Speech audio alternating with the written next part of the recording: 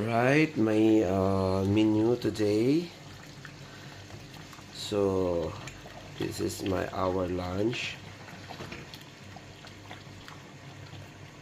It's been long time na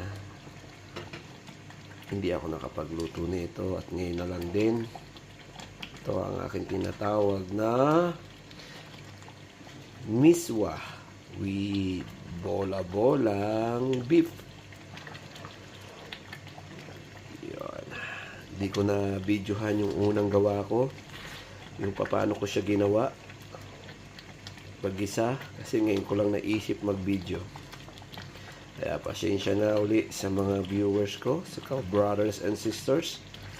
So anyway, sa mga katanungan nyo, I will tell you kung paano siya gawin.